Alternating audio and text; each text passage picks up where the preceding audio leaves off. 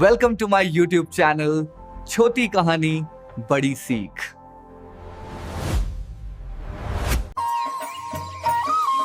एक लड़का था आरव, पढ़ा लिखा, अच्छी खासी डिग्री थी, लेकिन किस्मत उसकी ऐसी रूठी कि कहीं नौकरी नहीं मिल रही थी।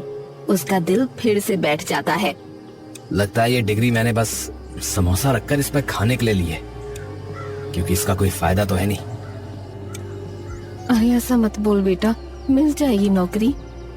उसकी माँ उसे समझाने की कोशिश करती कि वक्त खराब है पर बीत जाएगा, मगर उसके भीतर की बात कोई नहीं समझ पाता था। वो अंदर से हर दिन थोड़ा और टूट रहा था। बेटा हार मत मान, एक दिन सब बदलेगा।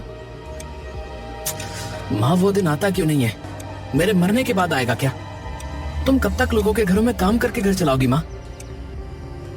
कोई नहीं बेटा, तू बस नौकरी ढूंढ, बाकी मैं हूँ ना। हाँ, मेरी जिंदगी में दो ही तो लोग हैं माँ, एक आप और एक वो है। उसके अंधेरे भरे जीवन में उसकी माँ के अलावा एक ही रोशनी थी, सिया। उसकी एक मुस्कान से आरव को ऐसा लगता कि दुनिया अभी पूरी तरह बर्बाद नहीं हुई। वो महीनों से मन में एक सपना पकड़े बैठा था, नौकरी मिलते ही अपने रिश्ते की बात करेगा। यार बस एक नौकरी मिल जाए, फिर मैं उसके घर जाऊंगा यार सीधा। अरे नौकरी आ जाएगी यार, लड़की तुझे चाहती है, बस उसके बाप को साबित कर दे कि तू जम चुका है और क्या। लेकिन लड़की के पिता का फैसला पत्थर की तरह अडिग था। पहले जम जाओ फिर बात होगी। उधर घर की हालत बदतर होती जा रही थी। कर्ज ऐसे बढ़ रहा था जैसे कोई अदृश्य बेल उसके गले में लिपट रही हो। शायद भगवान अच्छी किस्मत में मेरा नाम लिखना ही भूल गए हैं। क्या करूं कुछ समझ में नहीं आता है। कब तक ऐसे बैठा रहूंगा मैं? कुछ तो करना ही होगा, कुछ बड़ा। हालात खुद से नहीं बदलते। अगर मैंने कोई रास्ता नहीं खोजा तो सब कुछ फिसल कर खत्म हो जाएगा। घर की हालत दिन पर दिन ऐसे गिर रही थी जैसे कोई पुराना मकान बारिश में गल रहा हो। शांति जब घर के खर्चे का हिसाब किताब करने बैठी तो उसके हाथ कांपने लगे। अरे बेटा ये देख, इतने पैसे, हम कब तक ऐसे चलेंगे? कब तक उधार, कब तक इंतजार? माँ मैं कोशिश कर रहा हूँ माँ, मैं रोज 50 जगह जाता हूँ, पर क्या बेटा, पेट तो इंतजार नहीं करता। शांति रो पड़ी। आरव बस सर झुकाकर बैठा रहा। उसे लगा जैसे दुनिया उसके कंधों पर रखी है और पैर मिट्टी में धंसते जा रहे हैं। अगर मेरी डिग्रियां रोटी बन जाती ना माँ, तो हम भूखे नहीं रहते माँ।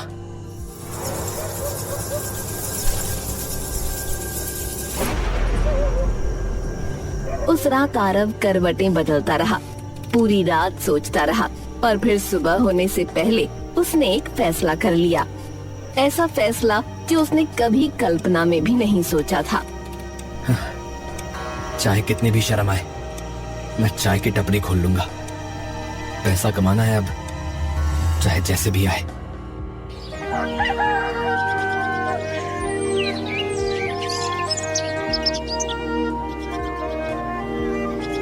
पहले दिन आरव चाय बनाते हुए घबरा रहा था। उसे लग रहा था जैसे कोई उसे पीछे से देख रहा है, उसका मजाक उड़ा रहा है। पर धीरे धीरे कुछ ग्राहक आने लगे। चाय की महक गली में फैलने लगी। ओहो, ये चाय तो लाजवाब है भाई, बढ़िया बनाई है। सच में? हाँ भाई बिल्कुल, ऐसे ही बनाते रहो तो टपरी चल पड़ेगी। यहाँ कितने हो गए? शाम ढल रही थी और उसी शाम उसकी जिंदगी की सबसे प्यारी आवाज उसके पास आई। सिया, तुमने हिम्मत दिखाई आरव, सब नहीं कर पाती ये। सिया, काश मैं जल्दी कुछ बन पाता ताकि तुम्हें अपनी जिंदगी में ला पाता। ये भी होगा, बस तुम ईमानदार रहना। सिया चली गई और आरव ग्राहकों का इंतजार करने लगा। तभी उसने देखा कि एक कबूतर बुरी तरह जमीन पर गिरा और फड़फड़ा रहा था। अरे इसे क्या हुआ? ओहो, अरे इसके पैरों में तो मांझा उलझ गया है। आरव ने फटाफट कबूतर को पकड़ा और उसे इस परेशानी से आजाद किया। कबूतर पंख फड़फड़ाता हुआ उड़ गया। अरे आसमान में क्या देख रहे हो भैया? अरे इधर आओ, चाय दे दो मेरे को। हाँ हाँ भैया, आता हूँ आता हूँ। उसकी टपरी अब चलने लगी थी।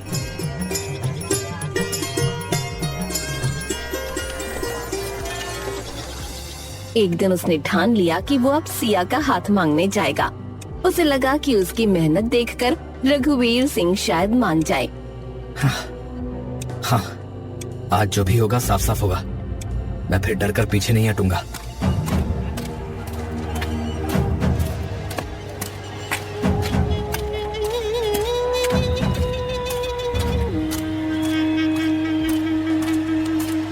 वो सिया के घर पहुंचा। दरवाजा खुला, सामने रघुवीर सिंह खड़े थे। नमस्ते अंकल। मैं वो आपसे हमें पता है तुम किस लिए आए हो। अंकल मैं मेहनत करके चाय बेचते हो? क्या मेरी बेटी को टपरी पर बैठा कर रखोगे? दुनिया में 1000 लड़के हैं नौकरी वाले, कमाने वाले, और तुम चाय बेचने वाला बनकर रिश्ता मांगने आए हो। निकल जाओ यहाँ से सीधे। आरव ने कोई जवाब नहीं दिया और सर झुकाकर वापस चल पड़ा।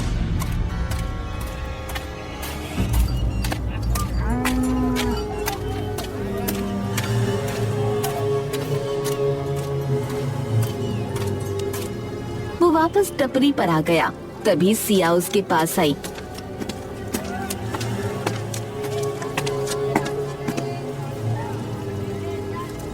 आरव, ये लो, इस पाउडर को चाय में डालना, इससे चमत्कार होगा, लेकिन किसी को बताना मत। लेकिन ये है क्या और क्यों? बाद में मिलती हूँ, बाय। वो कुछ बोल पाता इससे पहले ही सिया मुड़कर चली गई। उसे बड़ा अजीब लगा। क्या है ये? खैर जो भी है, अगर सिया ने दिया है तो इस्तेमाल तो करना ही है। उसने चाय में पाउडर की एक चुटकी डाली।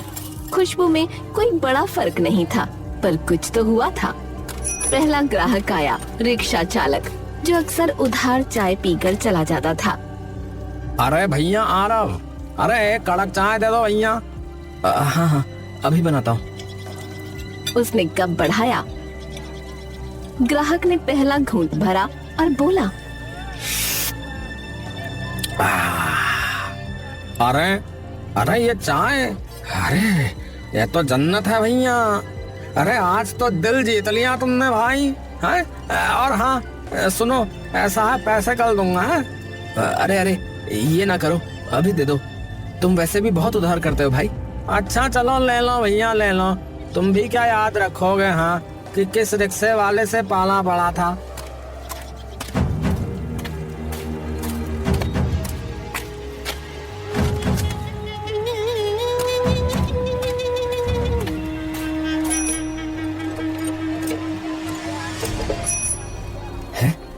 अरे आज तो बड़ी जल्दी मान गया है ये। आरव हैरान था, लेकिन उसने इतना ध्यान नहीं दिया। फिर एक ग्राहक आया, फिर दूसरा, फिर तीसरा। हर कोई चाय पीकर जैसे उसके वश में आ जाता। सब उसकी हर बात मान रहे थे। दिन चढ़ते चढ़ते भीड़ इतनी बढ़ गई कि टपरी पर खड़े होने की जगह नहीं बची। भाई क्या नुस्खा है तुम्हारे पास इतनी बढ़िया चाय बनाने का है? क्या सच में ये जादू है? आजमा कर देखता हूँ। दोपहर में वो अपनी माँ के गिरवी रखे हुए कंगन छुड़वाने दुकानदार के पास पहुँचा। उसने चाय का कप सामने रखा। आदमी ने घूंट लिया और आरव बोला, देखो ऐसा मेरी माँ के कंगन दे दो, बिना कुछ बोले। हाँ। दुकानदार ने बिना कुछ कहे कंगन दे दिए। धन्यवाद।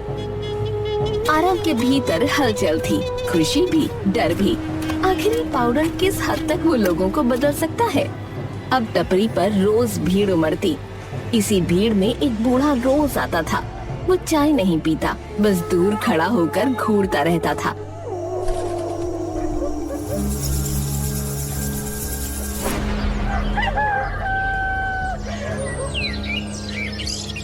एक दिन आरव बोला, अरे बाबा, रोज आते हो आप, चाय तो पीते नहीं, कुछ चाहिए क्या?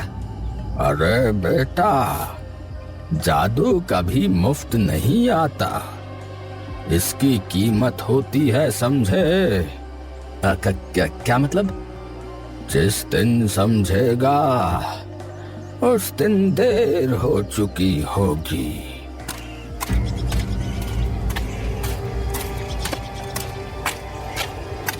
आरव का दिल एक पल को भारी पड़ गया, लेकिन उसने खुद को समझाया कि बूढ़ा शायद पागल है। अचानक उसे सिया की याद आई, क्योंकि तब से उससे कोई कांटेक्ट नहीं हुआ था।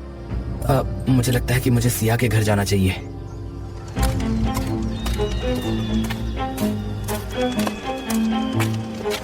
वो सिया के घर पहुंचा, लेकिन रघुवीर सिंह सामने मौजूद थे।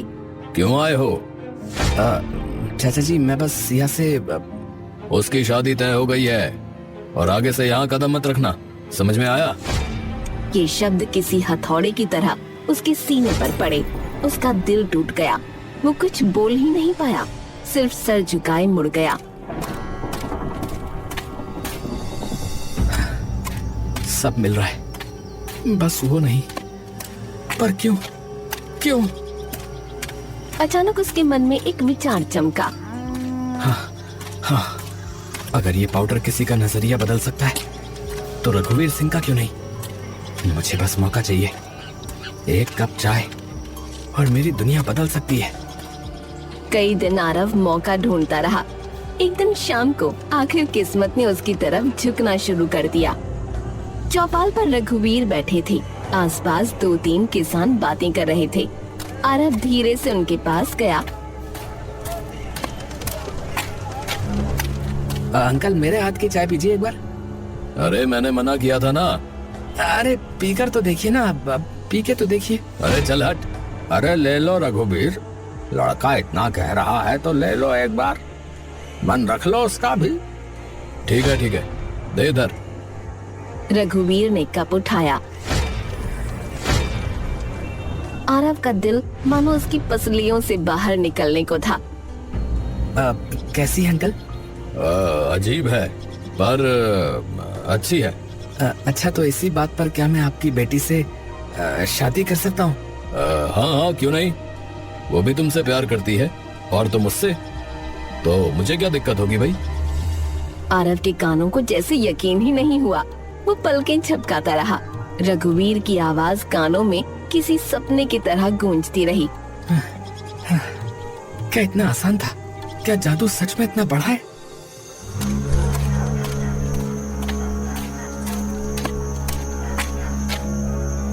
लेकिन रात टपरी समेटने के बाद आरव ने जैसे ही पीछे मुड़कर देखा, केतली अपने आप उबल रही थी। चूल्हा बुझा पड़ा था, फिर भी केतली में पानी कड़कड़ा कर उबल रहा था। ये कैसे? वो आगे बढ़ा ही था कि जमीन पर लाल चमक फैलने लगी। चिंगारियों जैसी नहीं, किसी अजीब अलौकिक चीज की तरह। आरव का गला सूखने लगा। बूढ़े आदमी की बातें याद आईं। जादू मुफ्त नहीं आता, इसकी कीमत होती है। नहीं, मैं बस थक गया हूँ। ये सब थकान की वजह से लग रहा है। पागल मत बना आरव, होश में आ। वो जल्दी से दुकान बंद करके घर आया।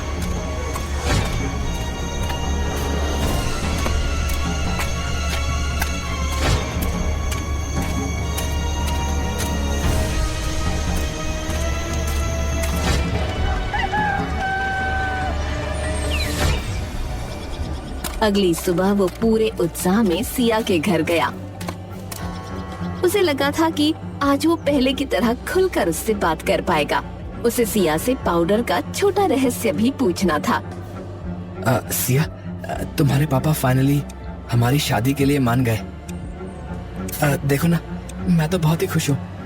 पर वो पाउडर जो तुमने दिया था, आखिर वो था क्या सिया? कौन सा पाउडर? अरे जो तुमने उस रात को दिया था डिब्बे में। अरे मैं तो कई दिनों से घर से बाहर ही नहीं निकली। मैं बीमार थी। उस दिन के बाद हम मिले ही कहाँ। आरव का दिल एक पल को जैसे थम सा गया। उसे लगा सिया झूठ बोल रही है, लेकिन उसकी आंखों में जो घबराहट थी वो झूठों की नहीं होती। सिया, तुमने क्या सच में मुझे वो पाउडर नहीं दिया? मैं कसम खाकर कहती हूँ, मैंने कोई डिब्बा नहीं दिया। मैंने तो किसी पाउडर के बारे में सुना तक नहीं। आरव सोच में पड़ गया, आखिर माजरा क्या है। तभी अचानक एक तेज सफेद रोशनी दोनों के सामने फटी। इतनी तेज कि आंखें बंद करनी पड़ी। उस रोशनी में से एक परी सामने आई। डरने की जरूरत नहीं आरव। हाँ, तुम कौन हो? तुम कौन हो? उस रात जो तुमसे मिली थी वो सिया नहीं, वो मैं थी। क्या? तुम्हारी प्रेम कहानी देखकर दुख हुआ था, इसलिए मैंने तुम्हें जादुई पाउडर दिया। पर क्यों? ऐसी परेशानियां तो लाखों लोगों के साथ होती हैं। क्योंकि तुमने मेरी मदद की थी। मैंने मदद की? मैंने कब मदद की भाई? कुछ दिन पहले तुमने एक कबूतर को बचाया था, वो मैं ही थी। है? क्या? हाँ, और इसीलिए मैंने तुम्हें ये जादू दिया। लेकिन याद रखना, जादू का इस्तेमाल कभी लालच के लिए मत करना। नहीं, मैं ऐसा कभी नहीं करूंगा। और आपका बहुत बहुत धन्यवाद।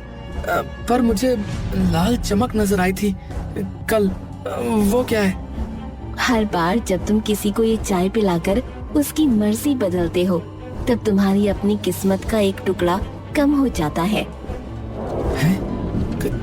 किस्मत का टुकड़ा? हाँ, इसी वजह से लाल चमक दिखाई देने लगी, केतली खुद उबलने लगी, साए दिखने लगे। जादू कहीं से नहीं आता आरव, इसकी कीमत हमेशा किसी की किस्मत से चुकाई जाती है।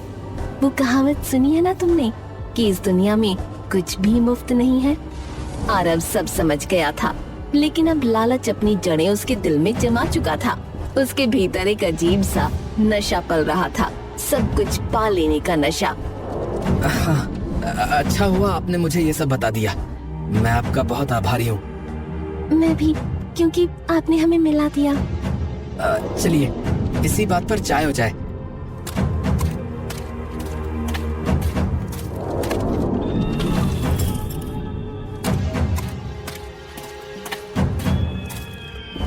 ये लीजिए परी जी, चाय पीजिए।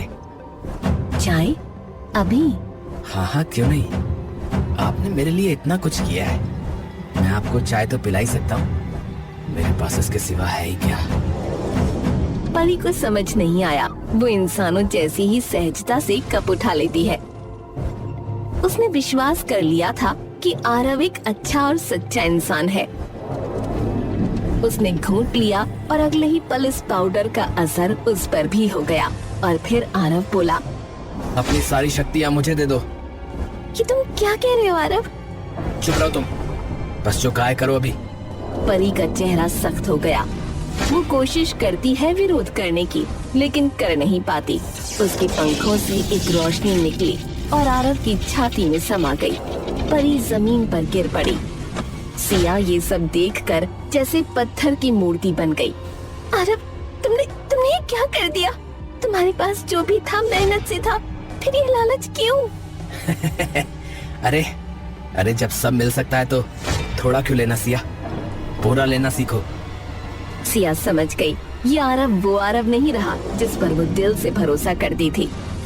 तुम्हारे पास माँ थी, मैं थी, तुम्हारी मेहनत थी, फिर भी तुम और चाहती रही। तुम्हें क्या कमी है? इसकी कमी थी और बहुत कुछ कर सकता हूँ। चलो अच्छा ही है, अब तुम्हें कोई नुकसान नहीं पहुँचाएगा। वही तो, चलो अच्छा हुआ तुम समझ गई। तो ठीक है फिर, मैं कल आऊंगा बारात लेकर, तैयार रहना। अच्छा जी।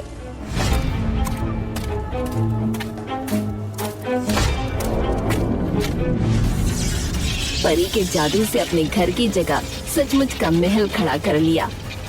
वो अमीर हो गया, माँ को भी तंदुरुस्त बना दिया और अगले ही दिन बारात लेकर सिया के घर जा पहुँचा।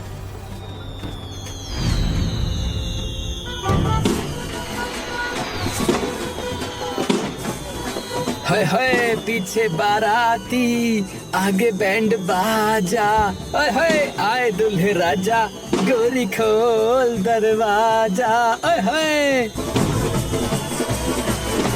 तुम आ गए, आखिर ये दिन आ ही गया। हमारे यहाँ की रस्म है, हम दूल्हे को दहलीज पर हल्दी वाला दूध पिलाते हैं। ये लो आरव। हाँ हाँ, लाओ लाओ। अरे अरे, ये तो चाय है। सिया का चेहरा एकदम बदल गया और वो बोली, मैं कल तुम्हारी टपरी पर गई थी और वहाँ से वो पाउडर ले आई। पाउडर ले आई? पर क्यों? ताकि तुम्हें सबक सिखा सकूं। अब परी की सारी शक्ति वापस कर दो आरव। हाँ हाँ, मैं वापस कर दूंगा।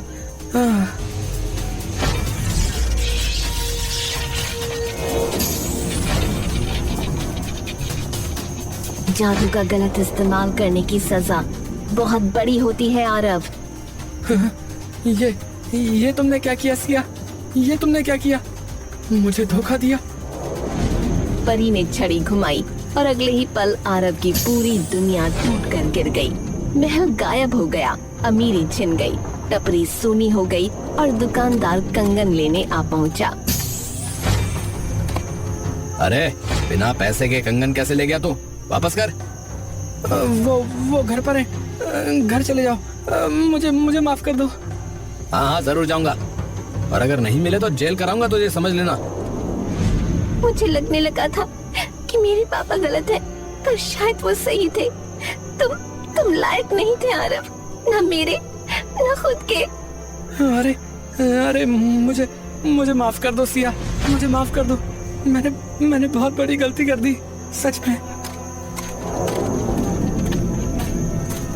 अरे तू यहाँ क्या कर रहा है बे? निकल यहाँ से। जाने क्या नशा दिया था तूने मुझे, है, जो मैंने हाँ कर दी तुझ जैसे भिखारी को। अरे मेरी बात तो सुनिए। अरे अपनी ये बारात लेकर चला जा यहाँ से, वरना पुलिस बुलाऊंगा, समझ गया? चले जाओ आरव। आरव की माँ कुछ न बोल सकी और खड़ी तमाशा देखती रही। अचानक वो छाती पकड़कर गिर पड़ी। माँ माँ माँ। गरीबी में जीना मुश्किल है, लेकिन ऐसी बेइज्जती और बदनामी के बाद नामुमकिन। तूने बहुत गलत किया बेटा। माँ नहीं माँ, नहीं, मेरी बात सुनो माँ। शांति के प्राण पखेरु उड़ चुके थे और आरव पूरी तरह टूट चुका था। माँ हे भगवान, मैंने लालच क्यों किया? मैंने लालच क्यों किया?